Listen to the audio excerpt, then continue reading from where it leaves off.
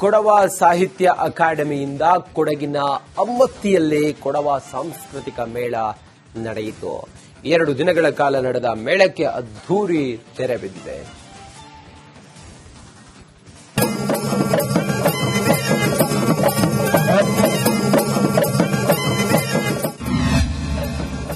ಕೊಡಗಿನ ಅಮ್ಮತ್ತಿಯಲ್ಲಿ ಮೇಳೈಸಿದ ಕೊಡವ ಮೇಳ, ಸಾಂಪ್ರದಾಯಿಕ ದಿರಿಸಿನಲ್ಲಿ ಕಂಗೊಳಿಸಿದ ಶಾಸಕ ಪೊನ್ನಣ್ಣ, ವಿಶಿಷ್ಟ ಜನಪದ ಕಲೆಗಳ ಅನಾವರಣ, ಮೆರವಣಿಗೆಯಲ್ಲಿ ಗಮನ ಸೆಳೆದ ಕಲಾ ತಂಡಗಳು, ವೇದಿಕೆಯಲ್ಲಿ ಕೊಡವರ ಗೆಜ್ಜೆ ತಂಡಿನ ನೃತ್ಯ. ಇದು ಕೊಡಗು ಜಿಲ್ಲೆಯ ಅಮ್ಮತ್ತಿಯಲ್ಲಿ ನಡೆದ 2 ದಿನಗಳ ಕೊಡವ ಮೇಳದ ದೃಶ್ಯ.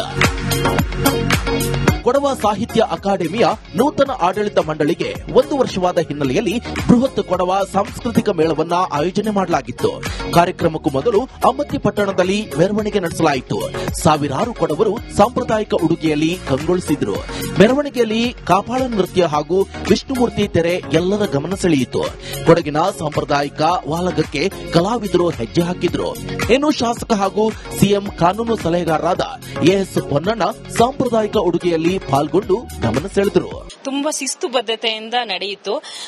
ಅಕಾಡೆಮಿಯವರು ತುಂಬಾ ಸಹಕಾರ ಮಾಡಿದ್ರು ನಮಗೆ ಮೆರವಣಿಗೆಗೆ.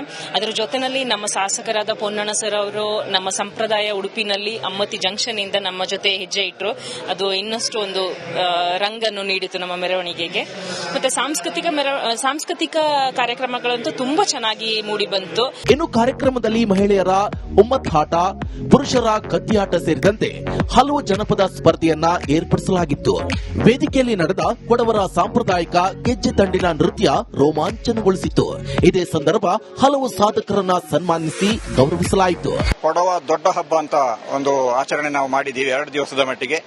ಇದು ನಮಗೆ ಎಲ್ರಿಗೂ, ಇಲ್ಲಿ ಸೇರಿದವರಿಗೆ ಎಲ್ರಿಗೂ ತುಂಬಾ ಸಂತೋಷವನ್ನ ತಂದಿದೆ.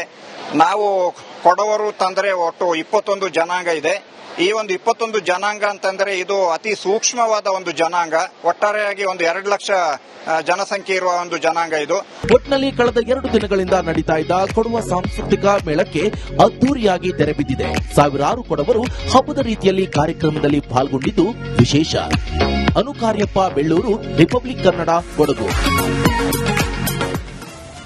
ಕೊಡವ ಸಾಹಿತ್ಯ ಅಕಾಡೆಮಿಯಿಂದ ಕೊಡಗಿನ ಅಮ್ಮತ್ತಿಯಲ್ಲಿ ಕೊಡವ ಸಾಂಸ್ಕೃತಿಕ ಮೇಳ ನಡೆಯಿತು. 2 ದಿನಗಳ ಕಾಲ ನಡೆದ ಮೇಳಕ್ಕೆ ಅದ್ಧೂರಿ ತೆರೆ ಬಿದ್ದಿದೆ.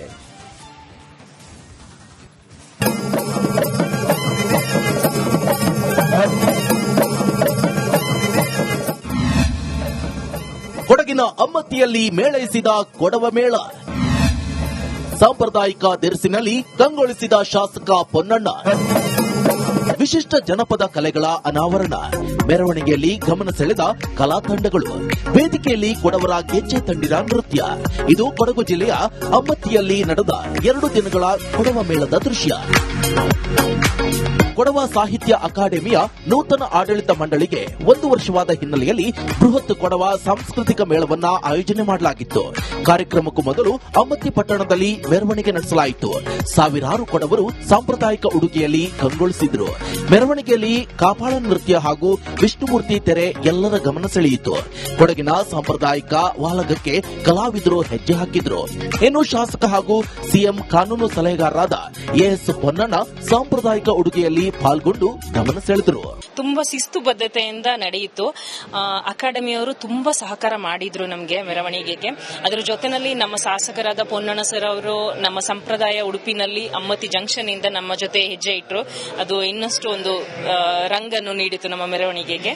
ಮತ್ತೆ ಸಾಂಸ್ಕೃತಿಕ ಕಾರ್ಯಕ್ರಮಗಳಂತೂ ತುಂಬಾ ಚೆನ್ನಾಗಿ ಮೂಡಿ ಬಂತು. ಇನ್ನು ಕಾರ್ಯಕ್ರಮದಲ್ಲಿ ಮಹಿಳೆಯರ ಉಮ್ಮತ್ತಾಟ, ಪುರುಷರ ಕತ್ತಿಯಾಟ ಸೇರಿದಂತೆ ಹಲವು ಜನಪದ ಸ್ಪರ್ಧೆಯನ್ನ ಏರ್ಪಡಿಸಲಾಗಿತ್ತು. ವೇದಿಕೆಯಲ್ಲಿ ನಡೆದ ಕೊಡವರ ಸಾಂಪ್ರದಾಯಿಕ ಗೆಜ್ಜೆ ತಂಡಿನ ನೃತ್ಯ ರೋಮಾಂಚನಗೊಳಿಸಿತು. ಇದೇ ಸಂದರ್ಭ ಹಲವು ಸಾಧಕರನ್ನ ಸನ್ಮಾನಿಸಿ ಗೌರವಿಸಲಾಯಿತು. ಕೊಡವ ದೊಡ್ಡ ಹಬ್ಬ ಅಂತ ಒಂದು ಆಚರಣೆ ನಾವು ಮಾಡಿದೀವಿ 2 ದಿವಸದ ಮಟ್ಟಿಗೆ.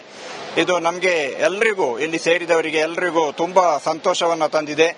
ನಾವು ಕೊಡವರು ತಂದ್ರೆ ಒಟ್ಟು 21 ಜನಾಂಗ ಇದೆ. ಈ ಒಂದು 21 ಜನಾಂಗ ಅಂತಂದ್ರೆ ಇದು ಅತಿ ಸೂಕ್ಷ್ಮವಾದ ಒಂದು ಜನಾಂಗ. ಒಟ್ಟಾರೆಯಾಗಿ ಒಂದು 2 ಲಕ್ಷ ಜನಸಂಖ್ಯೆ ಇರುವ ಒಂದು ಜನಾಂಗ ಇದು.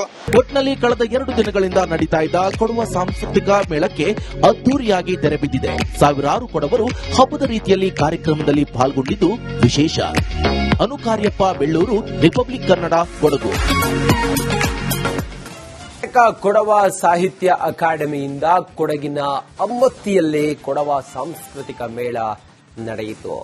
2 ದಿನಗಳ ಕಾಲ ನಡೆದ ಮೇಳಕ್ಕೆ ಅದ್ದೂರಿ ತೆರೆ ಬಿದ್ದಿದೆ.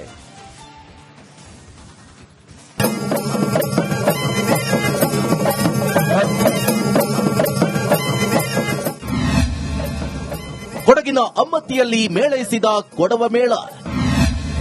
ಸಾಂಪ್ರದಾಯಿಕ ದಿರಿಸಿನಲ್ಲಿ ಕಂಗೊಳಿಸಿದ ಶಾಸಕ ಪೊನ್ನಣ್ಣ. ವಿಶಿಷ್ಟ ಜನಪದ ಕಲೆಗಳ ಅನಾವರಣ, ಮೆರವಣಿಗೆಯಲ್ಲಿ ಗಮನ ಸೆಳೆದ ಕಲಾ ತಂಡಗಳು, ವೇದಿಕೆಯಲ್ಲಿ ಕೊಡವರ ಗೆಜ್ಜೆ ತಂಡಿನ ನೃತ್ಯ. ಇದು ಕೊಡಗು ಜಿಲ್ಲೆಯ ಅಮ್ಮತ್ತಿಯಲ್ಲಿ ನಡೆದ 2 ದಿನಗಳ ಕೊಡವ ಮೇಳದ ದೃಶ್ಯ. ಕೊಡವ ಸಾಹಿತ್ಯ ಅಕಾಡೆಮಿಯ ನೂತನ ಆಡಳಿತ ಮಂಡಳಿಗೆ 1 ವರ್ಷವಾದ ಹಿನ್ನೆಲೆಯಲ್ಲಿ ಬೃಹತ್ ಕೊಡವ ಸಾಂಸ್ಕೃತಿಕ ಮೇಳವನ್ನ ಆಯೋಜನೆ ಮಾಡಲಾಗಿತ್ತು. ಕಾರ್ಯಕ್ರಮಕ್ಕೂ ಮೊದಲು ಅಮ್ಮತ್ತಿ ಪಟ್ಟಣದಲ್ಲಿ ಮೆರವಣಿಗೆ ನಡೆಸಲಾಯಿತು. ಸಾವಿರಾರು ಕೊಡವರು ಸಾಂಪ್ರದಾಯಿಕ ಉಡುಗೆಯಲ್ಲಿ ಕಂಗೊಳಿಸಿದ್ರು. ಮೆರವಣಿಗೆಯಲ್ಲಿ ಕಾಪಾಳ ನೃತ್ಯ ಹಾಗೂ ವಿಷ್ಣುಮೂರ್ತಿ ತೆರೆ ಎಲ್ಲರ ಗಮನ ಸೆಳೆಯಿತು. ಕೊಡಗಿನ ಸಾಂಪ್ರದಾಯಿಕ ವಾಲಗಕ್ಕೆ ಕಲಾವಿದರು ಹೆಜ್ಜೆ ಹಾಕಿದ್ರು. ಇನ್ನು ಶಾಸಕ ಹಾಗೂ ಸಿಎಂ ಕಾನೂನು ಸಲಹೆಗಾರರಾದ ಎಎಸ್ ಪೊನ್ನಣ್ಣ ಸಾಂಪ್ರದಾಯಿಕ ಉಡುಗೆಯಲ್ಲಿ ಪಾಲ್ಗೊಂಡು ಗಮನ ಸೆಳೆದರು. ತುಂಬಾ ಶಿಸ್ತುಬದ್ಧತೆಯಿಂದ ನಡೆಯಿತು. ಅಕಾಡೆಮಿಯವರು ತುಂಬಾ ಸಹಕಾರ ಮಾಡಿದ್ರು ನಮಗೆ ಮೆರವಣಿಗೆಗೆ. ಅದರ ಜೊತೆನಲ್ಲಿ ನಮ್ಮ ಶಾಸಕರಾದ ಪೊನ್ನಣ್ಣ ಸರ್ ಅವರು ನಮ್ಮ ಸಂಪ್ರದಾಯ ಉಡುಪಿನಲ್ಲಿ ಅಮ್ಮತ್ತಿ ಜಂಕ್ಷನ್ ಇಂದ ನಮ್ಮ ಜೊತೆ ಹೆಜ್ಜೆ ಇಟ್ಟರು. ಅದು ಇನ್ನಷ್ಟು ಒಂದು ರಂಗನ್ನು ನೀಡಿತು ನಮ್ಮ ಮೆರವಣಿಗೆಗೆ. ಮತ್ತೆ ಸಾಂಸ್ಕೃತಿಕ ಕಾರ್ಯಕ್ರಮಗಳಂತೂ ತುಂಬಾ ಚೆನ್ನಾಗಿ ಮೂಡಿ ಬಂತು. ಇನ್ನು ಕಾರ್ಯಕ್ರಮದಲ್ಲಿ ಮಹಿಳೆಯರ ಉಮ್ಮತ್ತಾಟ, ಪುರುಷರ ಕತ್ತಿಯಾಟ ಸೇರಿದಂತೆ ಹಲವು ಜನಪದ ಸ್ಪರ್ಧೆಯನ್ನ ಏರ್ಪಡಿಸಲಾಗಿತ್ತು. ವೇದಿಕೆಯಲ್ಲಿ ನಡೆದ ಕೊಡವರ ಸಾಂಪ್ರದಾಯಿಕ ಗೆಜ್ಜೆ ತಂಡಿನ ನೃತ್ಯ ರೋಮಾಂಚನಗೊಳಿಸಿತು. ಇದೇ ಸಂದರ್ಭ ಹಲವು ಸಾಧಕರನ್ನ ಸನ್ಮಾನಿಸಿ ಗೌರವಿಸಲಾಯಿತು. ಕೊಡವ ದೊಡ್ಡ ಹಬ್ಬ ಅಂತ ಒಂದು ಆಚರಣೆ ನಾವು ಮಾಡಿದ್ದೀವಿ 2 ದಿವಸದ ಮಟ್ಟಿಗೆ. ಇದು ನಮಗೆ ಎಲ್ರಿಗೂ, ಇಲ್ಲಿ ಸೇರಿದವರಿಗೆ ಎಲ್ರಿಗೂ ತುಂಬಾ ಸಂತೋಷವನ್ನ ತಂದಿದೆ. ನಾವು ಕೊಡವರು ತಂದರೆ ಒಟ್ಟು 21 ಜನಾಂಗ ಇದೆ.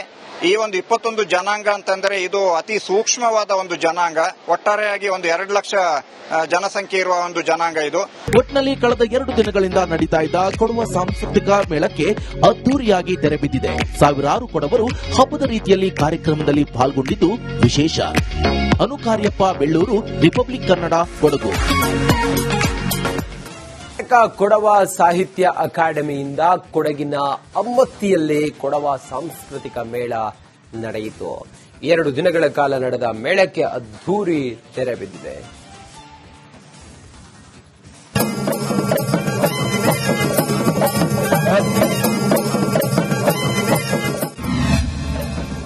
ಕೊಡಗಿನ ಅಮ್ಮತ್ತಿಯಲ್ಲಿ ಮೇಳೈಸಿದ ಕೊಡವ ಮೇಳ. ಸಾಂಪ್ರದಾಯಿಕ ದಿರಿಸಿನಲ್ಲಿ ಕಂಗೊಳಿಸಿದ ಶಾಸಕ ಪೊನ್ನಣ್ಣ. ವಿಶಿಷ್ಟ ಜನಪದ ಕಲೆಗಳ ಅನಾವರಣ, ಮೆರವಣಿಗೆಯಲ್ಲಿ ಗಮನ ಸೆಳೆದ ಕಲಾ ತಂಡಗಳು, ವೇದಿಕೆಯಲ್ಲಿ ಕೊಡವರ ಗೆಜ್ಜೆ ತಂಡಿನ ನೃತ್ಯ. ಇದು ಕೊಡಗು ಜಿಲ್ಲೆಯ ಅಮ್ಮತ್ತಿಯಲ್ಲಿ ನಡೆದ 2 ದಿನಗಳ ಕೊಡವ ಮೇಳದ ದೃಶ್ಯ. ಕೊಡವ ಸಾಹಿತ್ಯ ಅಕಾಡೆಮಿಯ ನೂತನ ಆಡಳಿತ ಮಂಡಳಿಗೆ 1 ವರ್ಷವಾದ ಹಿನ್ನೆಲೆಯಲ್ಲಿ ಬೃಹತ್ ಕೊಡವ ಸಾಂಸ್ಕೃತಿಕ ಮೇಳವನ್ನ ಆಯೋಜನೆ ಮಾಡಲಾಗಿತ್ತು. ಕಾರ್ಯಕ್ರಮಕ್ಕೂ ಮೊದಲು ಅಮ್ಮತ್ತಿ ಪಟ್ಟಣದಲ್ಲಿ ಮೆರವಣಿಗೆ ನಡೆಸಲಾಯಿತು. ಸಾವಿರಾರು ಕೊಡವರು ಸಾಂಪ್ರದಾಯಿಕ ಉಡುಗೆಯಲ್ಲಿ ಕಂಗೊಳಿಸಿದ್ರು. ಮೆರವಣಿಗೆಯಲ್ಲಿ ಕಾಪಾಳ ನೃತ್ಯ ಹಾಗೂ ವಿಷ್ಣುಮೂರ್ತಿ ತೆರೆ ಎಲ್ಲರ ಗಮನ ಸೆಳೆಯಿತು. ಕೊಡಗಿನ ಸಾಂಪ್ರದಾಯಿಕ ವಾಲಗಕ್ಕೆ ಕಲಾವಿದರು ಹೆಜ್ಜೆ ಹಾಕಿದ್ರು. ಇನ್ನು ಶಾಸಕ ಹಾಗೂ ಸಿಎಂ ಕಾನೂನು ಸಲಹೆಗಾರರಾದ ಎಎಸ್ ಪೊನ್ನಣ್ಣ ಸಾಂಪ್ರದಾಯಿಕ ಉಡುಗೆಯಲ್ಲಿ ಪಾಲ್ಗೊಂಡು ಗಮನ ಸೆಳೆದರು. ತುಂಬಾ ಶಿಸ್ತುಬದ್ಧತೆಯಿಂದ ನಡೆಯಿತು. ಅಕಾಡೆಮಿಯವರು ತುಂಬಾ ಸಹಕಾರ ಮಾಡಿದ್ರು ನಮಗೆ ಮೆರವಣಿಗೆಗೆ. ಅದರ ಜೊತೆನಲ್ಲಿ ನಮ್ಮ ಶಾಸಕರಾದ ಪೊನ್ನಣ್ಣ ಸರ್ ಅವರು ನಮ್ಮ ಸಂಪ್ರದಾಯ ಉಡುಪಿನಲ್ಲಿ ಅಮ್ಮತ್ತಿ ಜಂಕ್ಷನ್ ಇಂದ ನಮ್ಮ ಜೊತೆ ಹೆಜ್ಜೆ ಇಟ್ಟರು. ಅದು ಇನ್ನಷ್ಟು ಒಂದು ರಂಗನ್ನು ನೀಡಿತು ನಮ್ಮ ಮೆರವಣಿಗೆಗೆ. ಮತ್ತೆ ಸಾಂಸ್ಕೃತಿಕ ಕಾರ್ಯಕ್ರಮಗಳಂತೂ ತುಂಬಾ ಚೆನ್ನಾಗಿ ಮೂಡಿ ಬಂತು. ಇನ್ನು ಕಾರ್ಯಕ್ರಮದಲ್ಲಿ ಮಹಿಳೆಯರ ಉಮ್ಮತ್ತಾಟ, ಪುರುಷರ ಕತ್ತಿಯಾಟ ಸೇರಿದಂತೆ ಹಲವು ಜನಪದ ಸ್ಪರ್ಧೆಯನ್ನ ಏರ್ಪಡಿಸಲಾಗಿತ್ತು. ವೇದಿಕೆಯಲ್ಲಿ ನಡೆದ ಕೊಡವರ ಸಾಂಪ್ರದಾಯಿಕ ಗೆಜ್ಜೆ ತಂಡಿನ ನೃತ್ಯ ರೋಮಾಂಚನಗೊಳಿಸಿತು. ಇದೇ ಸಂದರ್ಭ ಹಲವು ಸಾಧಕರನ್ನ ಸನ್ಮಾನಿಸಿ ಗೌರವಿಸಲಾಯಿತು. ಕೊಡವ ದೊಡ್ಡ ಹಬ್ಬ ಅಂತ ಒಂದು ಆಚರಣೆ ನಾವು ಮಾಡಿದ್ದೀವಿ 2 ದಿವಸದ ಮಟ್ಟಿಗೆ. ಇದು ನಮಗೆ ನಮಗೆ ಎಲ್ರಿಗೂ ಇಲ್ಲಿ ಸೇರಿದವರಿಗೆ ಎಲ್ರಿಗೂ ತುಂಬಾ ಸಂತೋಷವನ್ನ ತಂದಿದೆ. ನಾವು ಕೊಡವರು ತಂದರೆ ಒಟ್ಟು 21 ಜನಾಂಗ ಇದೆ. ಈ ಒಂದು 21 ಜನಾಂಗ ಅಂತಂದ್ರೆ ಇದು ಅತಿ ಸೂಕ್ಷ್ಮವಾದ ಒಂದು ಜನಾಂಗ. ಒಟ್ಟಾರೆಯಾಗಿ ಒಂದು 2 ಲಕ್ಷ ಜನಸಂಖ್ಯೆ ಇರುವ ಒಂದು ಜನಾಂಗ ಇದು. ಒಟ್ನಲ್ಲಿ ಕಳೆದ 2 ದಿನಗಳಿಂದ ನಡೀತಾ ಇದ್ದ ಕೊಡವ ಸಾಂಸ್ಕೃತಿಕ ಮೇಳಕ್ಕೆ ಅದ್ದೂರಿಯಾಗಿ ತೆರೆಬಿದ್ದಿದೆ. ಸಾವಿರಾರು ಕೊಡವರು ಹಬ್ಬದ ರೀತಿಯಲ್ಲಿ ಕಾರ್ಯಕ್ರಮದಲ್ಲಿ ಪಾಲ್ಗೊಂಡಿದ್ದು ವಿಶೇಷ. ಅನುಕಾರ್ಯಪ್ಪ, ಬೆಳ್ಳೂರು, ರಿಪಬ್ಲಿಕ್ ಕನ್ನಡ, ಕೊಡಗು.